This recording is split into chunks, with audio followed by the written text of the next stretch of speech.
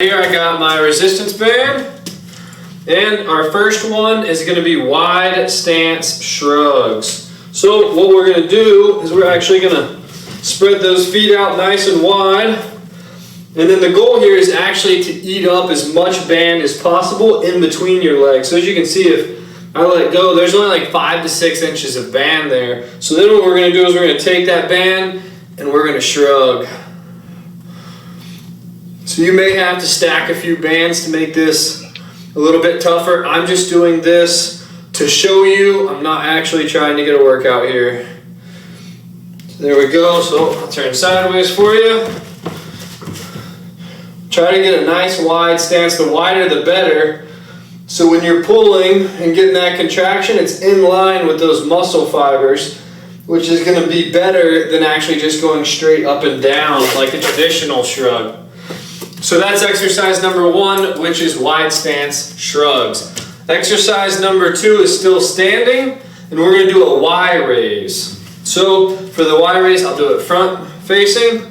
We're going to have a slight bend in those elbows, and then we're going to lock it in that spot. And then we're going to have a slight bend in our hips, not our back, in our hips. We're going to lean forward just a little bit, and then we're going to go straight. We're going to rotate those shoulders externally. So we're getting external rotation of our shoulders right here.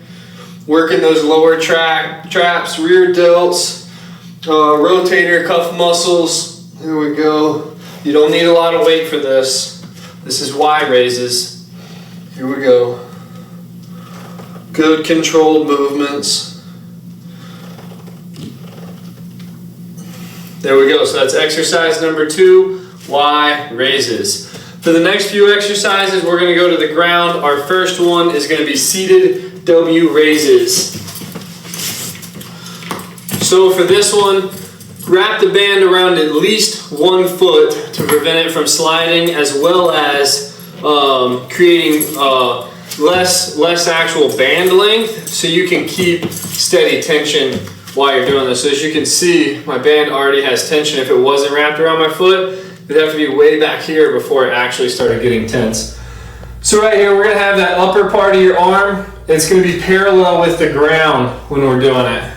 So here we go, parallel with the ground, elbows at roughly about 90 degrees, and then we're going to do another external rotation of the shoulders. So this is great for those rotator cuff muscles. If you have shoulder issues, this is going to help out tremendously. If you don't have shoulder issues, do this exercise so you can prevent shoulder injury and issues. Here we go.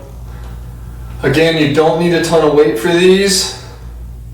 When you go back, really get that squeeze, get that contraction. There we go, feeling good. There we go. So again, that's just external rotation of the shoulder.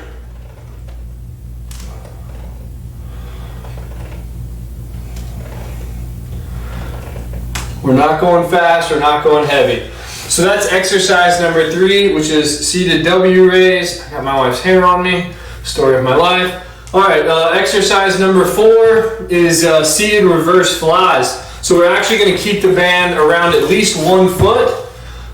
You may be able to go to 2, depends on the actual thickness or resistance of your band. So feet back out in front of us. We're going to have, again, slight bend in the elbows, and then we're going to lock those elbows. They're no longer going to move from here, and then we're going to take it.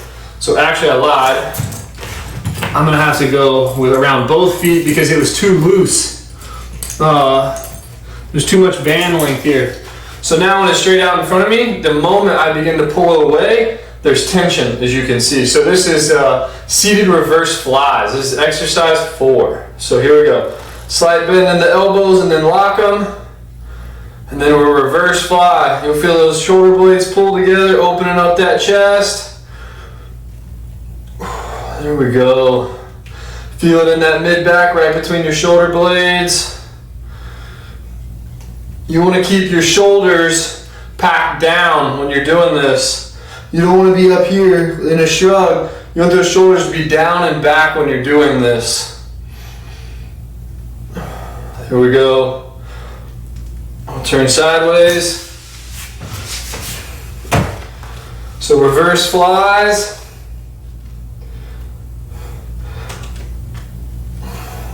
One more time. There we go. So that's exercise number 4, reverse flies. Exercise number 5 is going to be seated face pulls.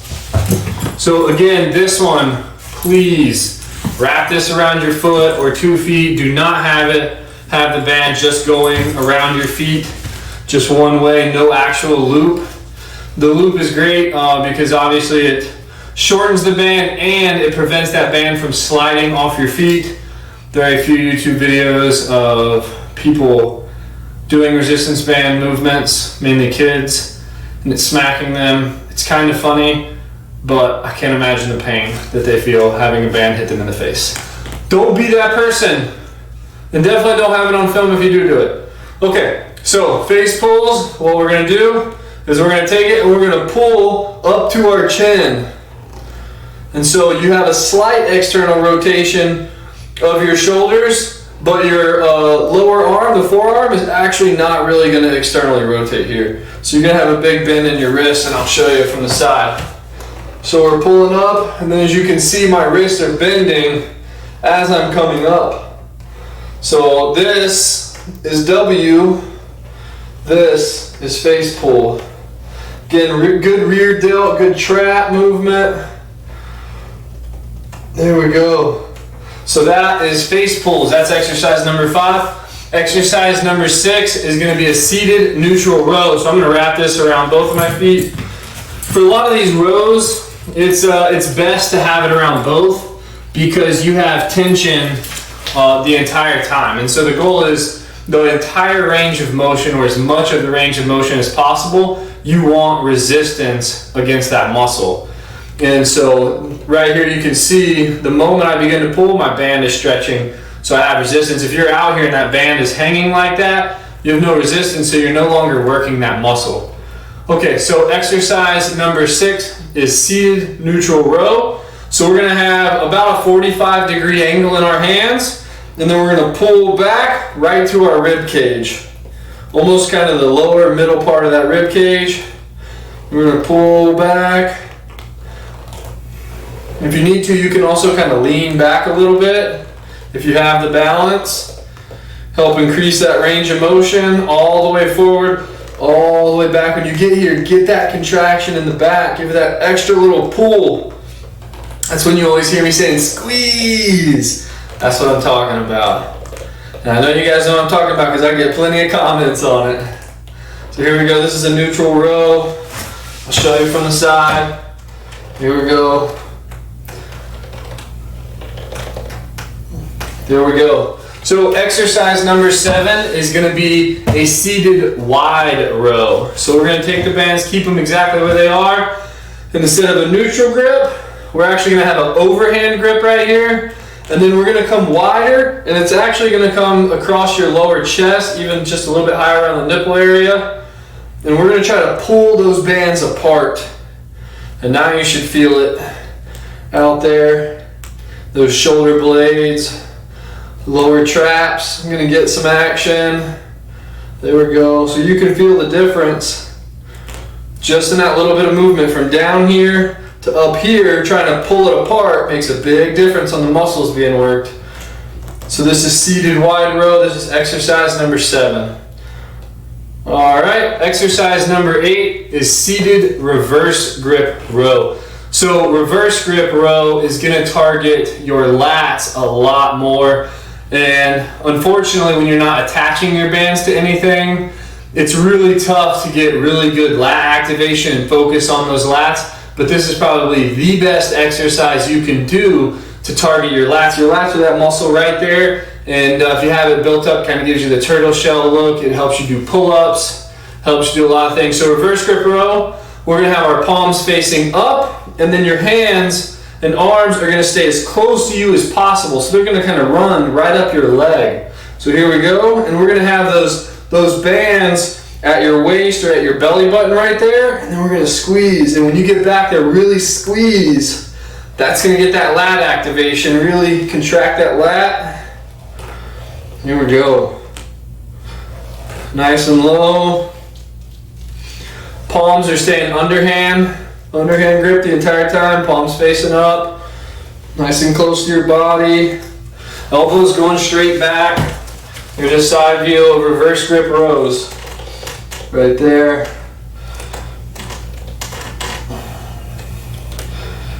Remember, when you get here, you might feel like this is as far as you can go, but then you can squeeze it. Gotta get that squeeze. All right, there we go. So that's exercise number 8. Exercise number 9 is seated pullbacks. So this time we're gonna have an overhand grip, so our palms are gonna be facing down. You're gonna have a very slight bend in your elbows. And what we're gonna do is we're actually gonna shrug, because if your arms are long, you don't have T-Rex arms. If you have your shoulders packed down and back, you're gonna hit the ground. We wanna avoid that. So what we're gonna do is shrug a little bit, and then we're gonna come back. So that's working that serratus muscle, getting a little lat action in there. The serratus one is, if you've ever seen somebody who's like super shredded, they have all those little bumps right there, that's that muscle right there. So here we go, pull it back. The further back you pull, the more you can feel it activating. I'll go sideways. So this is seated pullbacks. This is simulating, if you've ever seen people on a cable machine, which is pull downs, or with dumbbells, it's going to be pull over. You're going to have your back on the bench sideways. You're going to be perpendicular to the bench, and you're going to be pulling that weight from back behind you over your head. There we go. So this is seated pullbacks. There we go. All right, our last and final exercise, we're going to go back to standing, and it is a lower back exercise. So in a lot of our videos, you hear me talk about, even with the Y raises earlier, when you bend, you should be bending at the hips. This is one of 2 exercises, I believe, that I will ever tell you to bend at the lower back, and that is because this is specifically designed to work your lower back. So what we're going to do is we can step on both of them, or step on them with both feet, and then wrap it up and around almost like you were doing a squat, and then we're going to bend over at the back. Nice controlled motion. Get that 90 degree with your body, upper body parallel with the ground. There we go. I'll go sideways, so we are bending at the back right here. At the lower back. Nice controlled movements. There we go. So that is 10 resistance band exercises for your back, and I actually have a little bonus exercise if you are trying to get some more lat activation. Kind of get that turtle shell look, like you got wings going on back there. If you have the flexibility and you also don't have a large midsection, you should be able to do this workout. So I'll show it for you. So what we'll do is we're gonna wrap the band around our feet. You're probably gonna want to stack multiple bands for this. And so we're gonna straighten those legs out, and then we're actually gonna bend over. And as you can see, I have like maybe 2 to 3 inches of band right here. So I'm going to bend over, and I'm going to pull down, just as if I was doing a lat pull down on a cable machine. Here we go. So you're going to want to pull those arms down to those shoulders. Here we go, and that's going to get you some more lat activation without actually having to attach your band to the top of a door or to the ceiling or anything like that. That's about the only exercise I can come up with to get some serious lat activation and simulate doing pull-ups. So